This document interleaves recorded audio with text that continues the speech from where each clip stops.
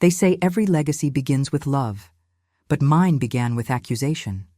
The morning my son looked at me and saw not his mother, but his rival, I realized grief doesn't just take the people we lose, it tests the ones who stay. And what came next would tear open everything we thought we understood about loyalty, faith, and the price of truth. This is not the story of what was taken. It's the story of what was kept alive. And believe me, this is only the beginning. My name is Margaret Hale, and what you're about to hear are the echoes of a life divided between love, loss, and truth. If my story touched you, stay close. Subscribe and walk with me through every chapter. I was wiping a coffee ring from the kitchen table when my eldest son told me I had stolen what was his. He didn't raise his voice. He didn't need to. Pride can be louder than shouting. It fills the room like steam, clinging to the windows, fogging the view of anything softer than anger. The house was quiet the way houses are after funerals. Even months later, every drawer gentle, every step an apology. The kettle clicked off, and somewhere in the wall the old pipes sighed like a tired choir. Daniel stood by the doorframe, shoulders squared the way his father used to stand, as if leaning against air could hold a roof in place. "You took it," he said, eyes steady. "You took what Dad meant for me." I remember the way the light lay across the floor, thin, winter pale, the color of old envelopes. My hands were damp from the dishcloth, and I rested them over the back of a chair because I didn't trust them to be still. Grief teaches you to control your breathing, to economize your movements like a household on rations. Pride teaches you something else. It spends everything at once. "What is it you believe I took?" I asked. He gave a short laugh that didn't reach his eyes. "The company, the legacy. Don't play naive." Legacy. Such a heavy word for such a small kitchen. When we first moved into this house, I polished every window pane until the late afternoon light felt like a blessing. I told myself that as long as the glass stayed clear, nothing terrible could grow here. But loss grows in the cleanest places. It respects nothing, not even the shine. I pulled a chair out for him. He didn't sit. "You know he was grooming me for this," he said. "He brought me to meetings before I could shave. He said I had his spine." "That part is true," I said, and the truth tasted like a coin held too long in the mouth. "He did bring you, and you do have his spine." He mistook that for concession. His jaw softened, then hardened again. "And yet somehow, after he dies, all signatures run through you. It's your name on everything. Don't you hear how wrong that sounds?" I did hear it, in the way one hears a siren approach, distant at first, then swelling until it blocks out every other sound. I could have told him about the nights his father and I worked after he had gone to bed. The spreadsheets open like maps of a foreign country, our fingers tracing roads and blind alleys and places we dared not go. I could have told him about the years when the business swayed like a bridge in a storm and we tied it down with rope made of patience and fear. But children hear what confirms their hunger. They call it dinner and leave the vegetables untouched. "I won't argue with you, Daniel," I said, though I already was, even in the softness of my voice. "You're grieving." "So are you," he said, "and you hid behind that to take power." There it was, the word people use when they haven't yet learned what responsibility costs. Power sounds like a crown. Responsibility feels like carrying a wet log up a hill in the dark. You don't wear it, it wears you down. He looked around the kitchen, as if the cabinets might agree with him. Behind him, the hallway stretched toward the front door where Robert's old coat still hung, too heavy to move, too beloved to donate. I had once promised myself I wouldn't become a museum of our marriage, and yet there I was, curator of the ordinary. Coats, mugs, the hollow of a pillow that kept its shape. "Dad told me I would take over," he insisted. He said it often. "I know what he told you," I said. "I was there." "I know what he told me too." A flicker of uncertainty crossed his face, as thin as a bird's shadow. "And what was that?" I wanted to say it plainly. That your father asked me to keep the gates until you were ready. That he said you had the hunger for growth but not yet the stomach for loss. That he trusted me, not because I was his wife, but because I was the one who stayed at the table. When the numbers trembled. Instead, I said, he trusted us both, just not in the same way. He stepped closer, so close I could see his father's eyes nested in his own. Do we ever stop looking for the living inside the faces of the living? You're rewriting him, Daniel said. You're making him into your alibi. I swallowed a prayer, not for vindication, only for tenderness in a room that had forgotten the word. If you believe that, I said, then no sentence I speak will be admitted into evidence.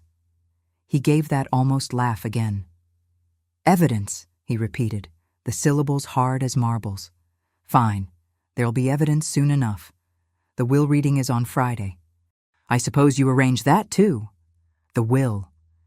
In 3 days, strangers would pull open the careful drawers of my husband's last words. They would read them aloud with lips that never said his name in the dark. And somehow, that would be called closure, as if doors could be closed on weather. I didn't arrange the calendar, I said. I only answered the phone. He shook his head. You always answer the phone. You always make yourself indispensable. And then, surprise, it's all yours. It would have been easy then to lift my voice, to remind him of the year Robert's lungs forgot how to stretch, and I took notes in the doctor's office like a stenographer at a trial no one wanted to attend, to remind him of how profit felt measured against breath. But mothers do a strange algebra. We subtract the satisfaction of being right to protect the possibility of being loved. Instead, I asked, is Nora home? His mouth tightened. She's in the car. She didn't want to come inside. A pause, barbed with meanings. She says this is awkward. She is welcome, I said. She says she'd rather we handle family matters without making it messy. Ah. So it had already been named, messy. The insult reserved for anything not simple enough to post at dinner. I glanced at the window. Outside, the maple tree leaned toward the house, the old wind chimes tangled from a winter storm. I made a note to untangle them later, though I knew I wouldn't. Some knots ask to be respected. I won't keep you, I said. If you're set on your story, nothing I add will change the ending you prefer. The ending I prefer? He blinked. I prefer the truth. So do I said, and we stood there like two prosecuting attorneys, declaring a love of justice in different languages. The chair under my hands had a nick in the back slat from when Emma dragged it as a child, making a spaceship out of broomsticks and blankets. I traced the rough edge with my thumb. The body remembers what the mind edits out. Grief is edited life. Dad wanted a legacy, he said. You turned it into a fortress. I thought about that. The coffee ring had faded to a pale moon on wood. A fortress keeps people safe, I said. We needed safety. We needed leadership, he countered. We needed both, I said. And neither of them looks the way you think. He exhaled sharply. I'll see you Friday, he said. And then the door did what doors do at the end of hard conversations. It made a ceremony of leaving. I stayed by the chair until the house exhaled him. The kettle had cooled. The windows seemed a degree darker, though that might have been my imagination, which lately had been choosing shadows over light because it trusted them more. I rinsed the dishcloth under the tap, watching the water run clear, then cloud, then clear again. It was a small mercy to control a flow of anything. Years ago, after our first real loss at the company, Robert and I had driven home in a silence so complete it felt like being held underwater. At a red light, he took my hand. When I'm afraid, he said, I add up what is still ours. He listed them off with a boyish grin. The children, our mortgage, the coffee pot that never quit, the ugly rug he loved. The column doesn't always balance, he said, but it keeps us honest. That night, I started keeping a private ledger, not of money, of moments. Deposits were the smallest things, a laugh in a grocery line, a message from Claire that said simply, "Are you eating?" The way Emma tucked a blanket over my feet when she thought I was asleep. Withdrawals were loud, the empty side of the bed, the keys that no longer jingled, the room no one entered because it was kinder that way. I learned the math of endurance. It favors patience over pride. I went to the hallway and touched the shoulder of Robert's coat. The wool was solid, the way memory is solid until it isn't. I closed my eyes and saw his hand resting on a table full of documents, his finger tapping the margin, the old habit of a man who liked the right thing to sit in the right line. He had asked me once, during a spring storm that rattled every gutter, "If I die first, will you keep the gates for a while?" I had smiled at the metaphor because it sounded medieval and therefore safe, like something from a story that could be rewritten. For a while, I'd promised, believing in infinite whiles. The week after the funeral, the boardroom smelled like lemons and disbelief. Men who had shaken Robert's hand for 20 years shook mine, as if the same strength might transfer if they gripped hard enough. I didn't feel strong. I felt like a lighthouse with a cracked lens, still sending light, unsure what reached the shore. And now my son thought I had stolen the lamp itself. Outside, a car door opened and closed. Tires whispered against the curb. I imagined Nora staring straight ahead, jaw set, calculating the social cost of sympathy. The maple trembled. The chimes rang once. Once is sometimes enough. By Friday, the envelope with Robert's last instructions would be opened in a room with a view of the city he believed in. There would be polished wood and sharp pencils, and a man whose job it was to pronounce words as if they came from a mountain. People would call it dignity. I would call it a test of breathing. I returned to the kitchen and poured the now lukewarm water into the sink. Steam rose in a final thin ribbon, then disappeared. "You took what was his," Daniel had said, as if possession could be reduced to a pronoun. The truth was quieter. I held what was ours because it was falling. I held it until my arms ached. I'm still holding part of it now, though my arms are tired. When the phone rang that evening, it was Claire, voice gentle, choosing words the way a person chooses stones to cross a river. "How are you?" she asked, which meant, "How is he? How are we? How do we get through Friday without breaking the last good plate?" "I'm here," I said. She waited. She always waited until I added something real. "He came by," I said. "He thinks I've taken something from him." "Then he can still be surprised," she said, a quiet humor in her tone, a light thin as thread. "Let's let the right words do their work." The right words. I thought of the will again, sealed like a jar of preserves, holding summer for winter. People say paper is cold. Paper is patient. It can hold heat longer than we think. I wiped the table once more, though there was nothing left to clean, and sat in the chair with the nick in the back. I ran my finger over it and imagined a small spaceship lifting off into a better sky. Somewhere across town, Daniel was choosing certainty over peace because certainty is intoxicating.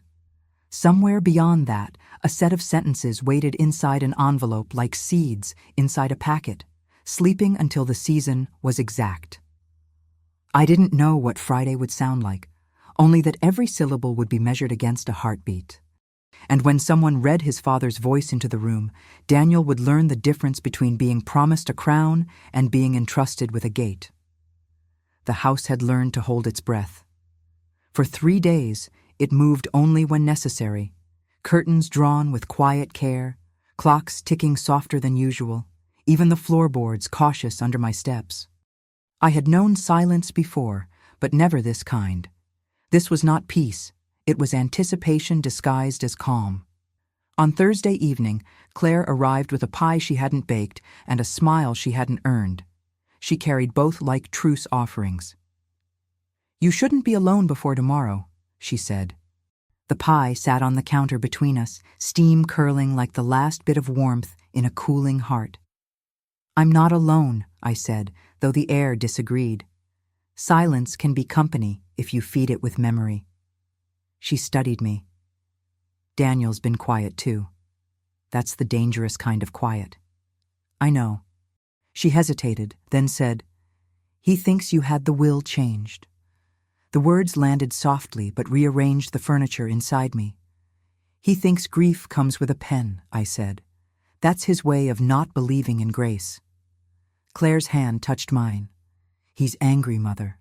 He's lost and angry." "So was I," said. "The difference is, I built a bridge. He built a verdict." She smiled sadly, a daughter who had learned diplomacy too early. "He loves you, in his way." "Love without trust is a house with one wall," I said. "It can't hold the weather." We didn't talk much after that.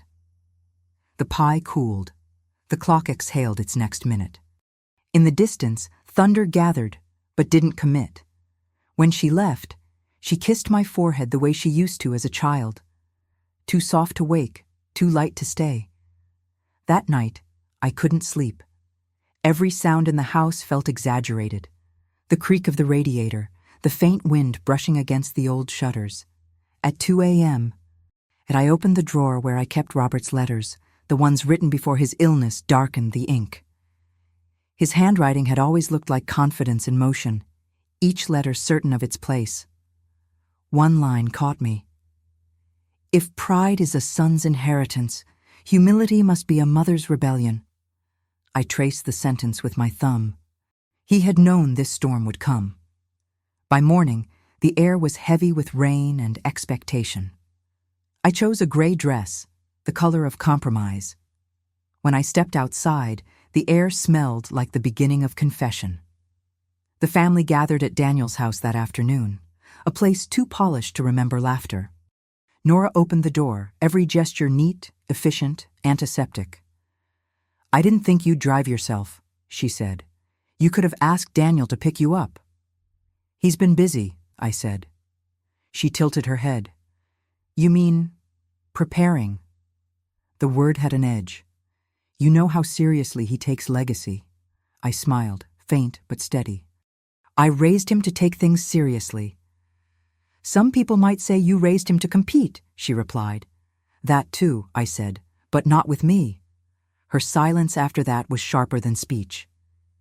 Inside, the living room felt like a courtroom without a judge. Claire and Emma sat together on the couch, their bodies close, but their eyes moving separately. Two birds on the same branch, scanning different horizons. Daniel stood near the fireplace, hands in his pockets, his reflection fractured in the mirror above the mantel. "You didn't have to come early," he said when he saw me. The formality of his tone stung more than any accusation. "I wanted to," I said. "Better to meet tension when it's still stretching than when it snaps." He didn't smile. Always so composed. "Someone has to be." Emma rose and crossed to me, her hand warm, her voice soft. "Let's not start with sharp edges," she murmured. "I'm not starting," I said. "I'm continuing." Daniel turned away, as if rearranging himself into a version that would look reasonable when the lawyer arrived. But the truth was already crowding the room, breathing louder than any of us. He began pacing. "You know what this feels like? Like I've been walking through my father's footprints only to find they end at your door." I wanted to say it wasn't a door, it was a bridge. But bridges only matter if both sides meet halfway. Instead, I asked, "Do you believe he meant for me to fail?" Daniel stopped, looked at me, and for a second his face softened with confusion. "No," he said, "but I believe he meant for me to lead." "And what if leadership meant waiting?" He laughed once, short and sharp. "Waiting? For what? For permission?" "For wisdom," I said quietly. The room thickened with unsaid things. Even the clock on the wall seemed hesitant to tick. Nora spoke then, folding her arms. "Daniel's been running numbers, plans, everything. He's prepared. I don't think it's fair that his effort means nothing." Her tone carried the sweetness of concern and the sting of accusation. She wasn't cruel, just convinced that justice should be measurable in hours worked and spreadsheets printed, the modern language of worth. "It will mean something," I said, "but fairness isn't always immediate. Sometimes it waits for the right mirror. Or the right manipulation, Daniel said. His voice didn't crack, but something inside it did. You've always had a way of turning virtue into victory. Claire stood abruptly. Enough. Her voice trembled, not from fear, but from exhaustion. This constant weighing of debts, it's killing what's left of us. He looked at her, eyes bright with disbelief. You of all people defending her? I'm defending us, she said. All of us. I watched her, my middle child, the peacemaker stretched thin. Between Daniel's fire and my silence, she had learned to balance on guilt like a wire walker. Daniel turned to me again. You could stop this right now. You could admit what you did. What is it you think I did? I asked. You used Dad's illness to take control. You convinced him you could handle things better than me. He asked me to, I said. That's the part you refused to hear. He was dying, Daniel snapped. He wasn't thinking clearly. The words hung there, blasphemy disguised as logic. I felt Emma flinch. Your father was never clearer than when he knew time was short, I said. Dying made him precise. For a long moment, no one spoke. Then Daniel whispered, You made him choose between us. I wanted to say, No, my son. Death did that. But what came out was quieter, truer. He was choosing for you, not against you. He stepped closer, anger trembling into grief. You've rewritten everything, he said. Even the story of us. Stories change when we start telling the truth, I said. Whose truth? He asked. I looked around the room, the portraits, the polished table, the untouched tea. The one that survives when pride stops talking. He turned away again, his shoulders rigid, his silence now a wall no voice could scale. Nora went to him, her hand a careful performance of affection. Let's not do this now, she said. Tomorrow we'll say enough. Her words were practical, but her eyes betrayed curiosity. She wanted to see who would win. Emma reached for my hand again. Mom, she said softly, whatever happens tomorrow, we'll face it together. I nodded, though I knew together meant different things to each of us. To Emma, it meant compassion.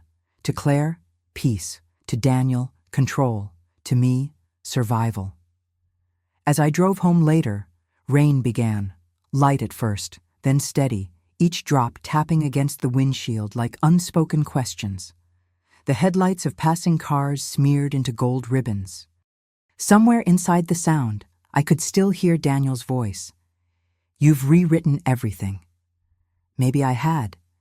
Maybe rewriting is what mothers do to keep the story from breaking. At home, I hung my coat and stood for a moment in the hallway. The house smelled like rain and dust and memory. I touched Robert's coat again, still there, still heavy, still waiting for something it would never receive. I whispered to the silence. He thought the words would crown him, but they'll free me instead. The words felt dangerous and true, like striking a match in a room that had forgotten fire. Outside, thunder rolled low and distant. Tomorrow, the will would be read. And truth, patient and sharp, was already on its way to the table. The rain stopped just before dawn. The silence that followed wasn't peace. It was suspense, a pause held by the sky itself. I dressed carefully, as if the choice of fabric could shield me from judgment. The mirror gave back a face that no longer looked like a widow's, but like someone rehearsing calm for an audience of ghosts. At 10 sharp, the lawyer's office stood ready. Glass walls, dark wood, the hum of air conditioning that made everything too clean, too contained. People imagine that truth is revealed in rooms like these. It isn't. It's merely unwrapped. Daniel arrived first, immaculate as always, his jaw locked in restraint. Nora followed, her perfume bright and exact, as if confidence had a scent. Claire and Emma came together, a quiet alliance. Reverend Whitmore was already seated in the corner, invited more by conscience than by protocol. He nodded when I entered, his eyes kind but unflinching. I took a seat across from my son, the distance between us measured not in inches, but in years of misunderstanding. Mr. Alden, the lawyer, cleared his throat. "Shall we begin?" He adjusted his glasses and unfolded the document, Robert's final letter to the living. The sound of the paper was louder than I remembered paper could be. Daniel's hands were folded on the table, but the whiteness of his knuckles betrayed him. I could almost hear the monologue inside his head. This is the moment she loses everything. The lawyer began. "I, Robert Hale, being of sound mind and grateful heart." The room seemed to inhale as one. I stopped listening to the preamble. I had memorized it months ago when the draft was read to me in confidence. My husband's cadence echoed faintly through the words, disciplined, direct, unsentimental. But Daniel's eyes stayed fixed on the paragraph to come, the one where inheritance changes hands and pride either exalts or implodes. "To my beloved wife, Margaret Hale," the lawyer read, "I entrust the management and guardianship of Hale and Sons until such time as my eldest, Daniel Hale, shall prove ready to lead with patience, not ambition, with wisdom, not entitlement." The sentence hung in the air like incense, slow to rise, impossible to ignore. Daniel blinked. "What?" His voice cracked, the syllable more question than word. The lawyer continued, unshaken. "It is my wish that she maintain full authority and decision-making power, as she has done faithfully beside me until such readiness is clear to her discernment and that of our board." Daniel laughed softly, disbelief staining every breath. "You can't be serious." "He didn't write that." Mr. Alden adjusted his papers. "He did, dated and notarized." Daniel turned to me, eyes wild. "You knew." "Yes," I said, and it was both confession and absolution. He stood abruptly, knocking the chair against the wall. "You made him change it." "No," I said quietly. "He wrote what he had always believed, that leadership isn't inherited like furniture." "Stop," he said. "Stop pretending this is noble. You wanted control." "I wanted continuity," I said. "There's a difference." "Continuity of what?" he demanded. "Your power? Your grief?" I met his gaze. "Of our family. Of—" His face twisted, torn between rage and something smaller, fear, maybe, or shame disguised as defiance. "He loved me," he said. "He told me I'd carry his name." "You do," I said, "but not his weight. Not yet." For a heartbeat, no one breathed. Then Emma spoke softly, almost a prayer. "Dad trusted you both, in different seasons." Daniel spun toward her. "Don't defend her." "I'm not," she said. "I'm defending what he meant." Nora looked at the lawyer, her voice cool. "Is there more?" "There is," Mr. Alden said. "A personal note." He hesitated, then handed me a sealed envelope. Familiar handwriting, unmistakable. I recognized the pressure of his pen in the signature. My name written with care, the final word from a man who always edited until meaning fit perfectly. Daniel reached for it, but the lawyer shook his head. "It's addressed to Mrs. Hale." I held the envelope without opening it. The paper felt heavier than any metal. Inside that fold was the last conversation we would ever have. "Read it," Daniel said. "If it clears you, read it." "No," I said. "This one is between him and me." He laughed bitterly. "Convenient." "Private," I corrected. Reverend Whitmore, who had remained silent until then, spoke gently. "Some words are written to be lived, not shared." Daniel looked at him sharply. "You think this is fair?" "Fairness," the Reverend said, "is God's invention. Humans only mimic it." The lawyer coughed discreetly, folding the papers back into the folder. "That concludes the formal reading." The formal reading. Such a small phrase for such a large fracture. Daniel stood again, this time slower. "So that's it? She rules until I pass your invisible test of patience?" "It's not my test," I said. "It's life's." He stared at me as if searching for a weakness, some visible crack in the calm. "And what happens if I never prove ready?" he asked, almost mocking. "Then you'll still be my son," I said. "And I'll still be the woman your father trusted." He flinched, not visibly, but enough that I felt it. Words can bruise quietly. Claire spoke for the first time. "Maybe this isn't about readiness," she said softly. "Maybe it's about recognition." Daniel turned on her. "Recognition of what?" "Of who kept us together," she said, "while you were trying to win." Nora inhaled sharply. "That's unfair." "Maybe," Claire said, "but it's true." The room fractured again. Silence, breath, thunder far away, though no rain followed. Mr. Alden excused himself politely, leaving behind the weight of the words he'd carried. When the door closed, Daniel sank into his chair. The fight had drained out of him, leaving a boy where a man had stood. His voice trembled. "He never told me." "He didn't want to shame you," I said. "He wanted to prepare you." "For what?" "For the kind of strength that doesn't need to win." He looked at me then, not as an opponent, but as someone trying to recognize a stranger who wore his mother's face. Tears came to his eyes but refused to fall. "All this time, I thought you wanted what was his." "I never wanted what was his," I said, "only to keep what was ours." The sentence filled the space between us like light slipping under a closed door. No one moved. Even Nora lowered her gaze. Reverend Whitmore rose quietly. "Sometimes," he said, "truth comes too late to save pride, but just in time to save peace." I stood. "We should all go home," I said. "Let the words settle where they belong." Daniel didn't stop me when I passed him. He didn't look away either. When I reached the door, he said softly, "I'm sorry." It wasn't a full apology, not yet, but it was the first step toward humility. And humility, I've learned, is how pride kneels without losing its spine.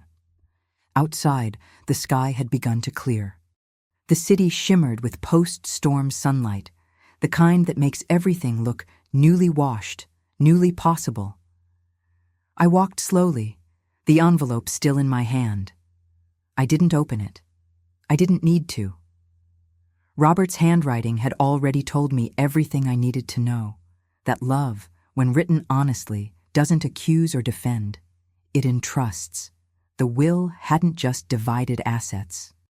It had revealed the architecture of faith, not in inheritance, but in endurance. And somewhere behind me, in a room that had just lost its argument, my son was learning how silence can teach what pride never could. When I returned home, the house no longer felt accusatory. It simply exhaled, as if relieved that the storm had finally passed through it. The light filtered in through the curtains with the gentle honesty of a guest who knows when to leave quietly. I placed the unopened envelope on Robert's desk, the same desk where he had written the first proposal for the company 30 years ago, back when success still smelled like paper and coffee. The wood was marked with the faint burns of old cigarettes, his impatience written in scars. I traced those marks with my fingertips. Every one of them felt like a memory still breathing. I didn't cry. I rarely did. Tears, for me, were like expensive wine, saved for moments when silence was no longer enough. On the chair beside the desk lay Daniel's childhood sweater, a relic of a time when his anger had been simple, the tantrum of a boy denied a toy, not the bitterness of a man denied validation. I sat, inhaled the familiar scent of wood and dust and something almost holy, trust that had survived disappointment. Outside, the wind was restless. The chimes tangled again, whispering secrets between their metal tongues. I thought about untangling them, and this time I did. One by one, I freed each knot until the sound became clean again.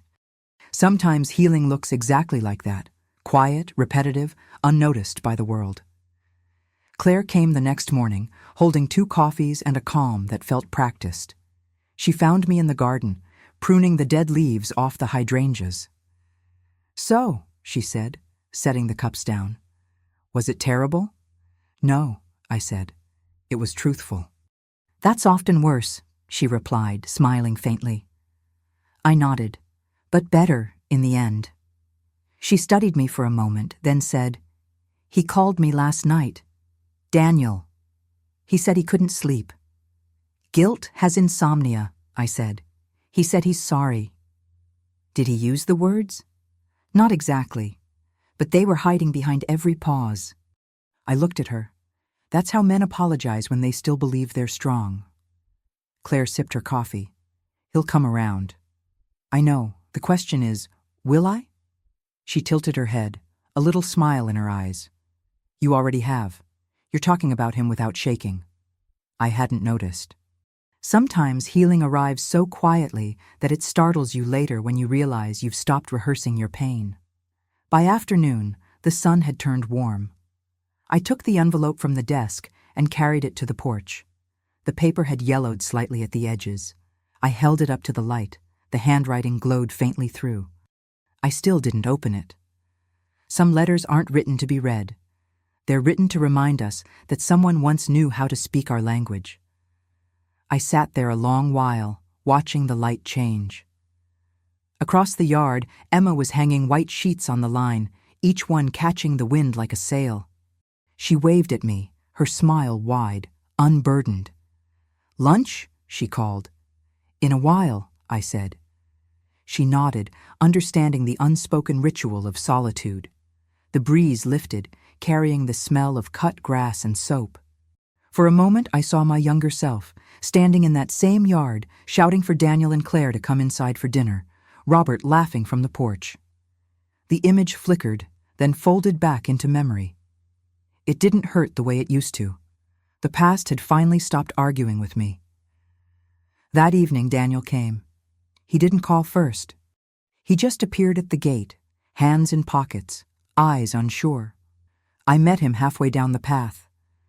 The air between us felt fragile, like glass that had already cracked once, but might still hold. I thought you might not want to see me, he said. I didn't, I said softly. But here you are. He smiled, a small, embarrassed curve of the mouth. I was wrong. I know. I mean, I thought you wanted to take everything. I did take something, I said, but not from you. He frowned. What do you mean? I took responsibility. I took faith. I took the burden your father handed me because he trusted I wouldn't drop it when it got heavy. He looked down. I thought you took power. I shook my head. Power is loud. What I took was quiet, and it's heavier. He nodded slowly, understanding sinking in like rain through soil. I'm sorry, Mom. This time he said the words, and they stayed.